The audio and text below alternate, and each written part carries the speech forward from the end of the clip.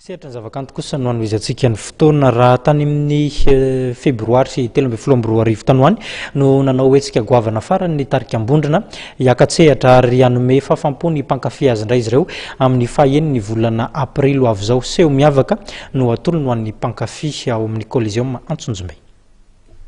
Seho miavaka no entin'ny tarika Ambondrona mandritra ny fampisehoana eto amin'ny tanàna izay totsain'izy ireo ny alahady 9 aprily avy izao. Izara roa ny fampisehoana araka ny nambaran'ny Beranto Sikix, ao ny seho izay lalaovan'ny tarika fotsiny ihany ary misy ankoa ny arahana amin'ny tarika sinfonika à la Camerata de Madagascar. Mifantoka amin'ny famerenana miaraka amin'ity tarika ity ny famerenana izay nataon'izy ireo tamin'ity andro ny asabotsy ity.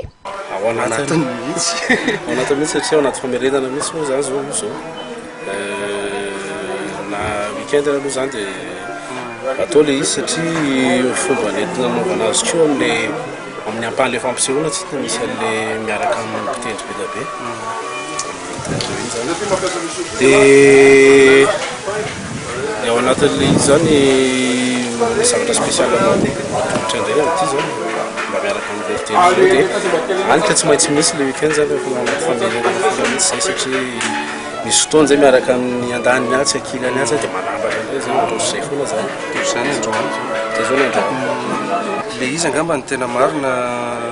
narak'izay efa voalaza amin'ny Beranto zay dia fa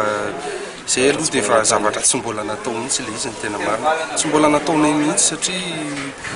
na izay hitanareo teo ary angamba zao nanao an'izy na izay koa ary mba tenenako an'izany hoe mangitakitaka amin'le izy miaraka mitendry amin'ny ankizy rehetrarehetra sy ny ohatr' izany eo misy zavatra hafa indray zany ny arahana miaraka ao anatin'le izy na le zavatra maneno sy ny zavatra miaraka ao ara le tsy miova liana aloha zany mazava ho azy fa le misy sy le fiarahana fifamenony le zavatra eo zany ny tena marina ny ohatrany mampangitakitaka dia mahafinaritra dia androany sabotsy aloha dia mbola samy eto aloha dia izay le ho zara iny izay zaray.